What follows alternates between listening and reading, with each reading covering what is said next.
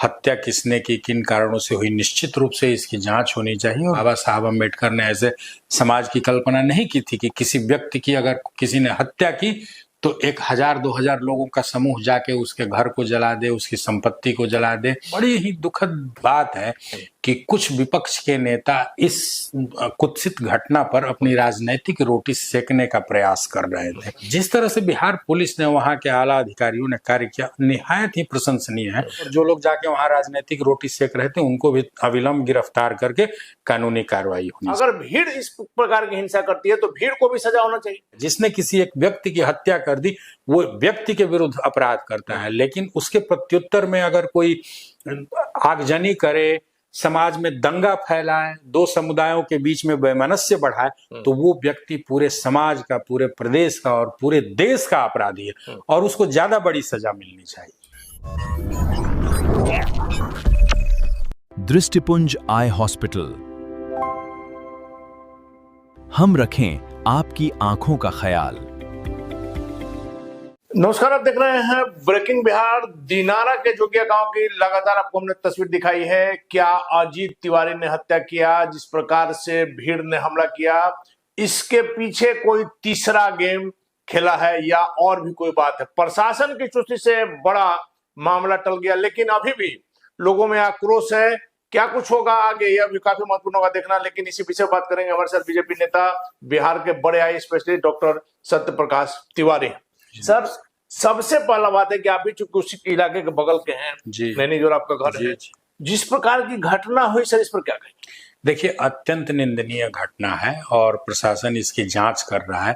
हत्या किसने की, किन कारणों से हुई, निश्चित रूप से इसकी जांच होनी चाहिए और जो भी व्यक्ति दोषी पाए जाते हैं उन्हें कठोरतम कानूनी कार्रवाई उनके विरुद्ध होनी चाहिए, उन्हें सजा मिलनी चाहिए।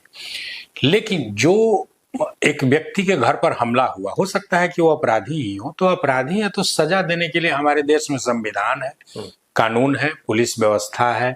पुलिस उस व्यक्ति को पकड़ती है, विवेचना करती है और गवाहों और सबूतों के आधार पर सजा दी जाती है।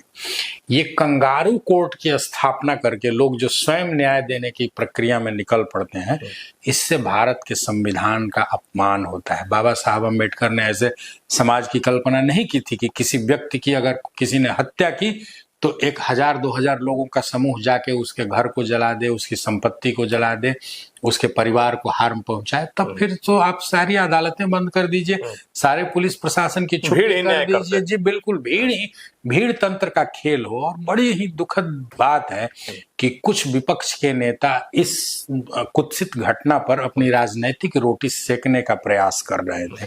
वो जाकर इसमें जातीय उन्माद भड़काने के लिए, दो समूहों के बीच ये वैमनस्य फैलाने के लिए, और जिस तरह से बिहार पुलिस ने वहां के आला अधिकारियों ने कार्य किया, निहायत ही प्रशंसनीय है। मैं उनसे एक और आग्रह करूंगा कि ऐसे नेताओं को भी पकड़कर उन्हें निरुद्ध किया जाना चाहिए, जेल भेजा जाना चाहिए ऐसे लोगों को जो वहां जाकर राजनीति कर रहे थे और समुदायों को उकसाने का प्रयास कर रहे थे, किसी को जबरदस्ती हिंसा के प्रति उकसाने का प्रयास कर रहे थे। वे लोग भी समाज के उतने ही बड़े अपराधी हैं जितना कि किसी व्यक्ति ने हत्या की है।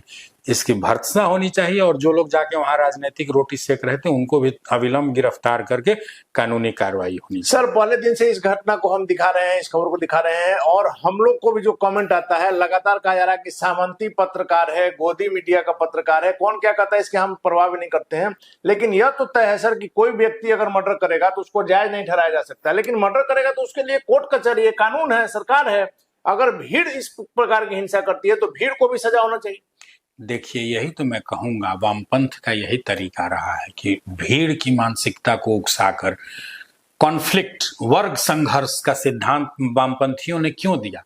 आज हमारे देश के यशस्वी गृह मंत्री आदरणीय अमित शाह जी के नेतृत्व में पूरे भारत से नक्सल का सफाया हो गया, लेकिन लाल किला के प्राचीर से आदरणीय प्रधानमंत्री जी ने कहा कि अभी जो मानसिक रूप से नक्सल है वो इस देश में हैं, और वैसे ही मानसिक नक्सलियों ने वहां जाकर लोगों को उकसाने का प्रयास किया।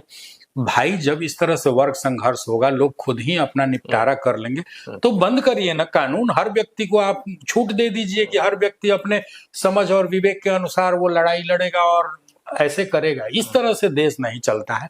यहाँ कोई व्यक्ति अपने वर्ग में, अपने समाज में एक है या 1000 है, 1 लाख है, 1 करोड़ है, उससे उसको, हमारा संविधान प्रत्येक व्यक्ति के जीवन की रक्षा का, संपत्ति की रक्षा का अधिकार देता है। और इस तरह की जो बातें या कृत्य जो लोग करते हैं वो संविधान के उससे भी ज्यादा बड़े दोषी हैं, जो कि एक व्यक्ति किसी व्यक्ति की हत्या करता है। जिसने किसी एक व्यक्ति की हत्या कर दी वो व्यक्ति के विरुद्ध अपराध करता है, लेकिन उसके प्रत्युत्तर में अगर कोई आगजनी करे, समाज में दंगा फैलाए, 2 समुदायों के बीच में वैमनस्य बढ़ाए, तो वो व्यक्ति पूरे समाज का, पूरे प्रदेश का और पूरे देश का अपराधी है और उसको ज्यादा बड़ी सजा मिलनी चाहिए। सम्राट सरकार में सर इन दिनों भीड़ ज्यादा आक्रामक हो रही है, क्या कारण है? क्या लोगों को सरकार पर नहीं, देखिए, ये सम्राट सरकार की वजह से नहीं है। सरकार तो अपना काम अच्छे से कर रही है, पुलिस भी अपने न्यायपूर्ण तरीके से काम कर रही है। ये बौखलाहट है विपक्ष के नेताओं में। उन्होंने देखा कि हमारे हाथ से सब कुछ सरकता जा रहा है। केंद्र में लगातार 3 बार आदरणीय प्रधानमंत्री जी के नेतृत्व में न्यायप्रिय और विकासशील सरकार है। बिहार में प्रचंड बहुमत की सरकार बन गई। बंगाल में उनका रहा सहा किला सफाया हो गया।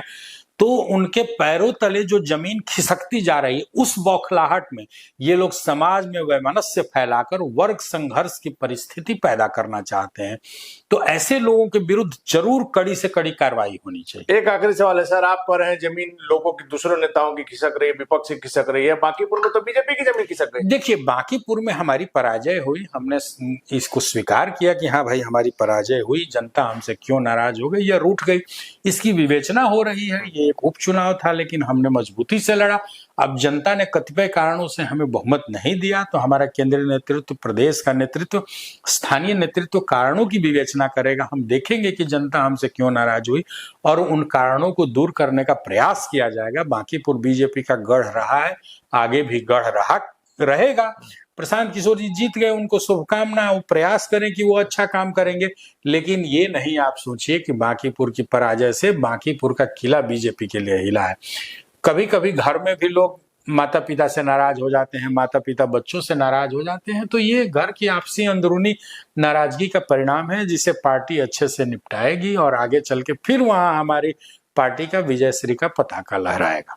चलिए, विजयश्री का पताका फिर रहेगा, लेकिन सबसे महत्वपूर्ण बात डॉक्टर साहब ने कही है, जोगिया गांव की घटना को लेकर के कोई व्यक्ति यदि किसी की हत्या करता है तो उस व्यक्ति के परिवार तक वह पीड़ित है, लेकिन जिस तरह से भीड़ ने वहां आगजनी की है, पूरे समाज के लिए, पूरे देश के लिए, बिहार के लिए खतरा है कि यदि इस प्रकार की मानसिकता रहेगी तो यहाँ हिंदुस्तान में तालिबानी कानून नहीं चलेगा। इस मामले में क्या कुछ होता है आगे देखना काफी महत्वपूर्ण होगा। फिलहाल बन रहे हैं ब्रेकिंग न्यूज।